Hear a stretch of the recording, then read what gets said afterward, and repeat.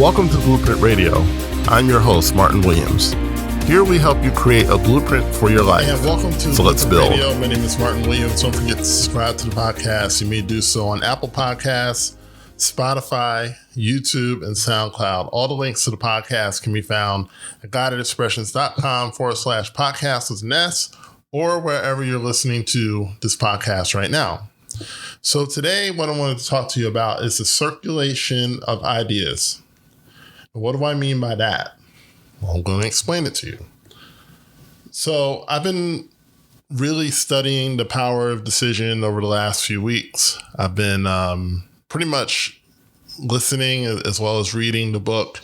And every time I listen to it or read from it, I get something new from it. And it's one of the most important books that I've ever read. And what's interesting about it is that I first got the book probably about 5 years ago.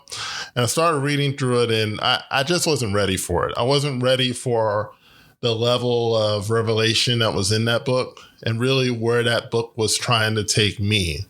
And so I put it to the side. I didn't read it. And then last year, while going through my many books on my Kindle app, I realized I hadn't really started reading it. And of course, with the pandemic and being home a lot, I just had more time to read. And so I started really going through it and really studying it. And oh man, there's so much in that book. And I recommend it to everyone. I think it will change your life if you read it. And that's my little spiel on that. And on this podcast, I actually started going through the book, but got a little sidetracked. But I definitely, I may not formally go through the book on the podcast, but I'm just going to pull out little things here and there and really discuss them, such as what I'm going to talk about today. And that is the circulation of ideas. Right. So in the book, The Power of Decision, we are here. Dr. Barker, Raymond Charles Barker, who wrote the book, said that we're here to do business with the infinite. We're here to do business with God. And what God does, God is like a wholesaler, right? You know how you go to Walmart and you may buy some, you may buy some lotion or some spaghetti sauce or what have you. So whatever you buy from Walmart, 9 times out of 10 comes from a wholesaler, right? Now, Walmart makes their own products, but, many of the products that Walmart carries, they don't make. So it comes from a supplier, right? And so Walmart's got to take that product from the supplier, right? And then they pay the supplier and then take that and then sell it, or at least attempt to sell it to the general public, you and I. And in the same way, God gives us ideas. Now, God doesn't sell us ideas. He gives us ideas, right? And so he gives us ideas and we distribute them to the world. But the way that we distribute it to the world, we don't just distribute it, in a random way. We do so in a way that is of excellence, right? If you went to a restaurant and got a prime rib or a filet mignon, but the service was lousy, you really wouldn't think about how good that filet mignon was because the service was lousy. How many times have you gone to a place where the food really wasn't that bad, but how you were treated was so bad that you would never go back no matter how good the food was? And in the same way, if you distribute your ideas in a way that is not in service to the person that you're distributing it to, it can turn that person off no matter how good the idea is. Now, these ideas are completed, right? We just have to bring them to life. Now, I don't know about you, but I get a lot of ideas. And to someone looking on the outside, I might seem a little bit scattered or all over the place, which is fine. They can think what they want. But when when I read, The Power of Decision, I started to understand that maybe I'm not so scattered. In the business of life, God provides us with ideas, and these ideas are how we provide for ourselves and others. And whenever you need or want something, including money, the answer almost always comes in the form of an idea. And maybe that idea is to, maybe that idea is to call someone about a job, or maybe to talk to a neighbor about something unrelated to money. And maybe that neighbor needs their garage cleaned out or something like that, and you offer to do it. Most times those ideas are creative in nature. It's a business idea, things that maybe don't exist yet, or they don't exist in the way that you can bring them forth. So the transaction of business is simple. God gives you the idea, and you execute the idea. That's it. So why don't we do that? Excuse me. Well, usually it comes down to fear and overthinking. We want to know the outcome of the idea before we start, and that's not how life works. When you get an idea and you don't do anything about it, you create congestion in your world.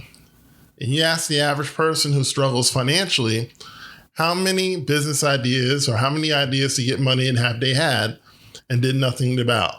Usually it's quite a few.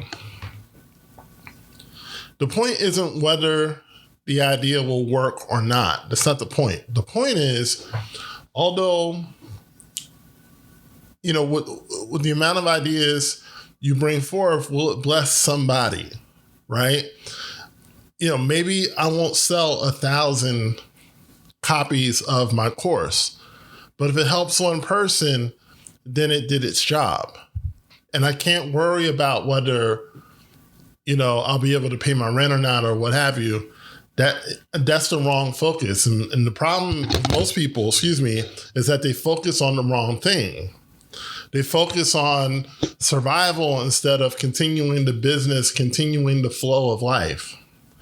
The point is to continue the business of life. When God gives you an idea, it's up to you to execute that idea. You got to execute it. You got to put it out. You can't break the flow of creation. Now, there's billions of ideas that God wants to bring into the earth, but people often don't cooperate, and poverty and lack is often the result. Fear comes from misunderstanding, but the more you understand the business of life, the less you fear. So let's say I have 10 ideas for a business, and the ideas that I financially and energetically are able to carry out should be the ones that I do. And if I do the ideas, I continue the business of life. I'm in the flow of life, and as a result, things will flow in my life. Ask pretty much any successful entrepreneur whether their first business worked. And more often than not, the answer is no. They just kept putting businesses out, kept doing things until finally one thing worked. But the reason that it worked is because they stayed in the flow of creation. They didn't give up. You've got to stay in the flow of life and stay in the flow of creation. Imagine if trees stopped growing, right? Imagine if the oceans stop reproducing, the plant life and the fish and everything else. Imagine if any part of nature stopped creating and stopped producing, then, the earth would essentially die. So in the same way, that's the way you got to look at your business. You've got to continue to produce, even when it looks like no one's listening and no one's reading and no one's buying and no one's interested. You got to continue to produce to stay in the flow of life. And if I do that, the flow will continue. The flow is the goal. I want you to remember that. The flow is the goal. You want to stay in the flow. It's not about how people are responding. They may not be responding in a positive way. They may not be responding at all, but you're doing business with God, right? You're doing business with God. When you handle the business relationship with God, everything else will take care of itself. We want life to flow, and as it does, everything else flows with it. So just remember who you're in business with and keeping your customer. God is your customer, right? Keeping your customer happy. When you keep your first customer happy and take care of your first customer, you'll get more customers.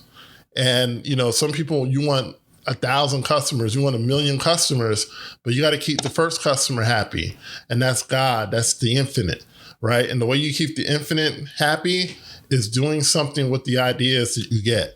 If you got 10 ideas and you haven't done anything about any of them, start doing them. And again, it doesn't matter whether they do good or not.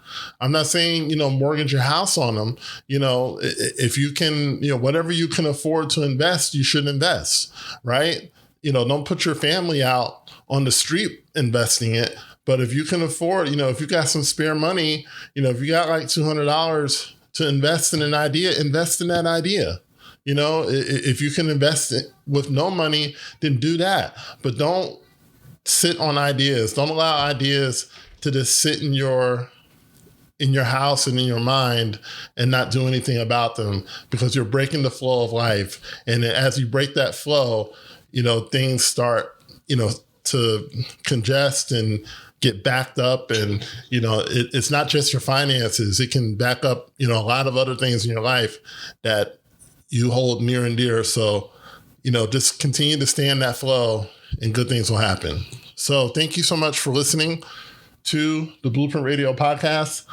My name is Martin Williams. Don't forget to like, comment, subscribe, and share, and I'll talk to you soon. Thanks for listening to Blueprint Radio. For more information on Martin Williams coaching and products, please go to guidedexpressions.com or visit me on Facebook as well as Instagram.